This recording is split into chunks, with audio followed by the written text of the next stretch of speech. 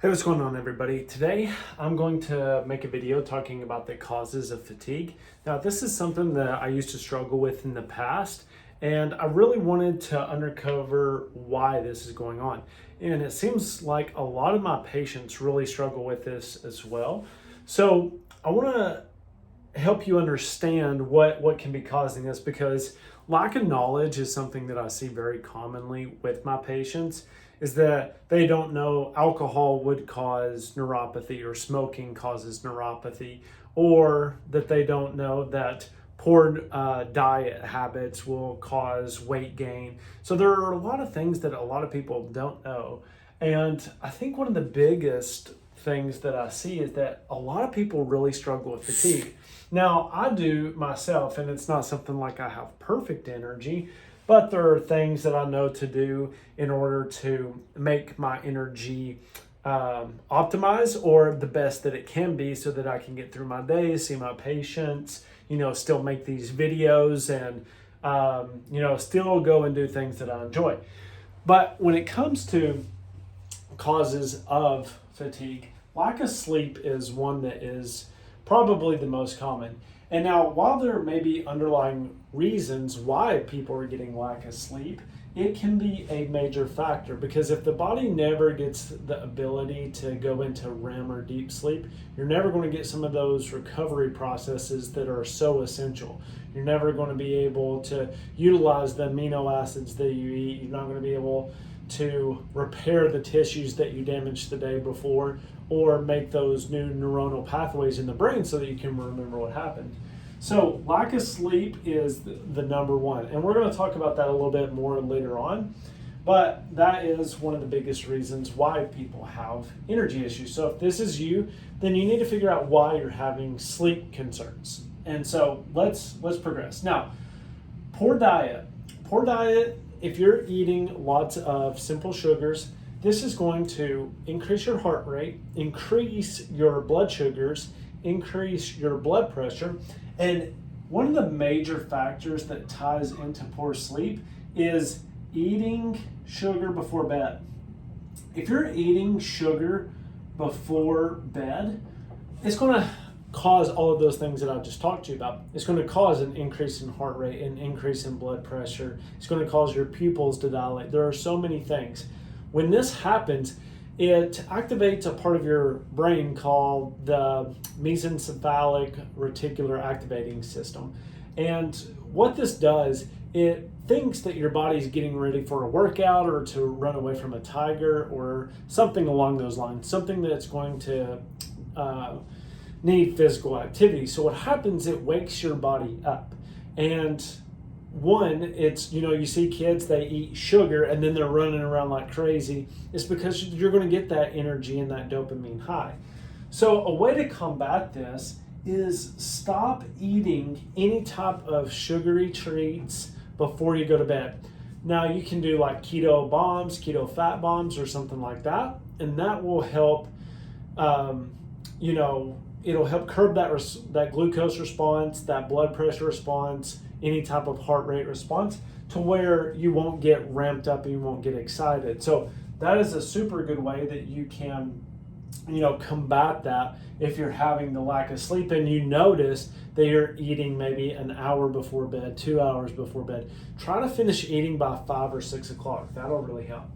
Now, physical inactivity. So if you're a couch potato, if you're not up and moving, you need to be walking 10 to 20 minutes every day minimum. That is the minimum, guys. I know they say like 30 minutes 3 times a day. You need to move every day. It's going to be good for your brain. It's going to be good for your joints. It's going to be good for your blood pressure. It's going to be good for your overall health, especially when it comes to like your glucose metabolism and all of that. So if you aren't moving, now, I don't recommend, kind of like with the poor diet, if you're eating sugars at the end of the day, you don't want to do your physical activity an hour before you go to bed, because you're going to be all ramped up.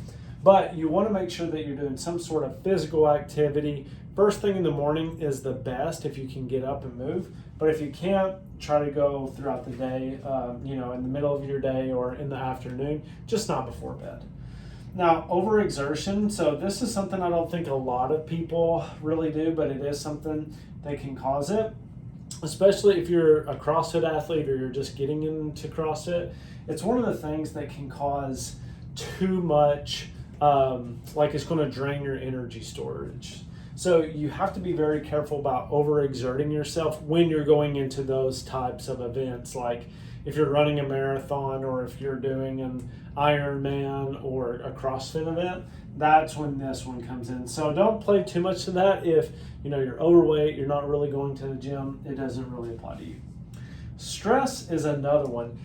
Stress is something that will rob you of amino acids, it'll rob you of B vitamins, it'll rob you of basically anything that fuels energy pathways. Because if you're stressed out all the time, it's like you just went from a Toyota Prius to what's something like a Ferrari, or let's say like a big Dodge truck or something like that.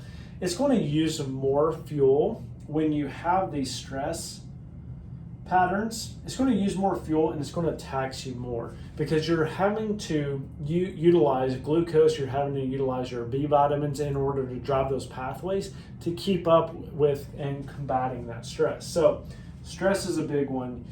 Make sure you're mitigating. So if you're coming home and it's a stressful environment, work with your spouse, work with your partner about how to mitigate those stress levels. Even at work, whatever you have to do, get your stress levels under control. Now, alcohol and drug use, those are major ones as well. This will cause neuropathy, which is one of the things that we focus on here at the office, and then drug use. Alcohol just robs you, it makes you dehydrated, it's not a good fuel source, it robs you of B vitamins. That's what happens in neuropathy, is you get alcohol-induced neuropathy due to B vitamin malnutrition. But either one of those are, especially if you're using a stimulant, obviously you're going to have sleep issues, but if not, that can be what's happening.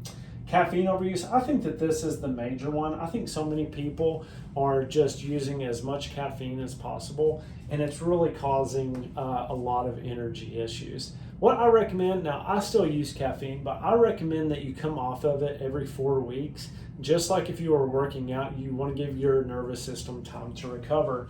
And the more caffeine that you use, the more adenosine receptors you put on your brain and all of your other tissues in your body, it's going to cause, it's going to take more caffeine to work the next time. And so you get this, cascading effect where you're just using more and more caffeine in order to get the same dosage. But caffeine, it's only short term, guys. It's not something that you should use constantly. If you're using it past 12 p.m., you're doing it wrong.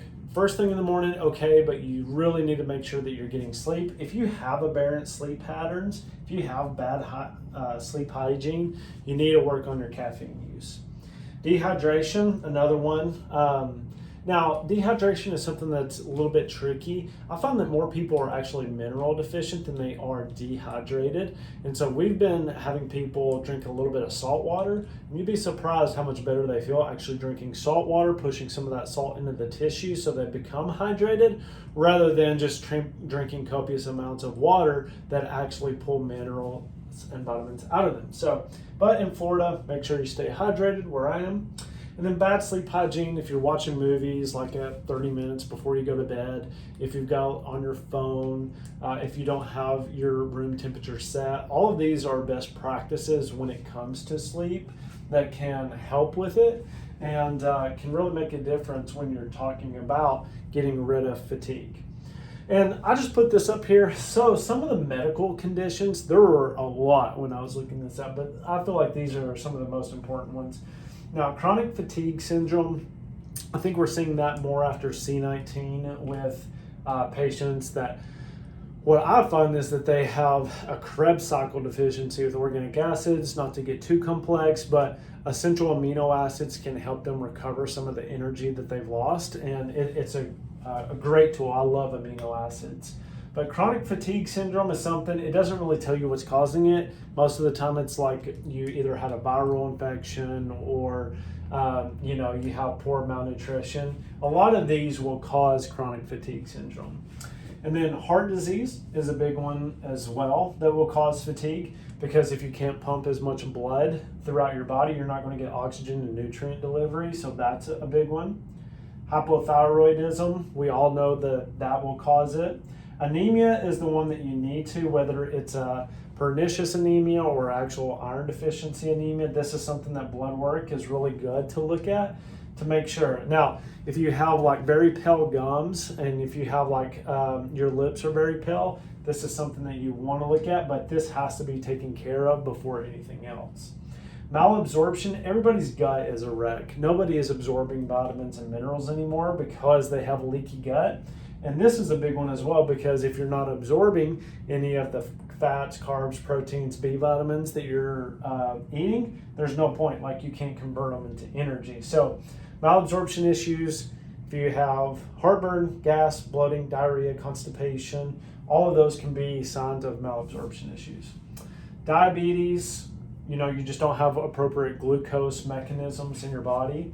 Chronic infections, Lyme disease, it can be Epstein-Barr virus is something that I find pretty often. There are many things that can be causing it.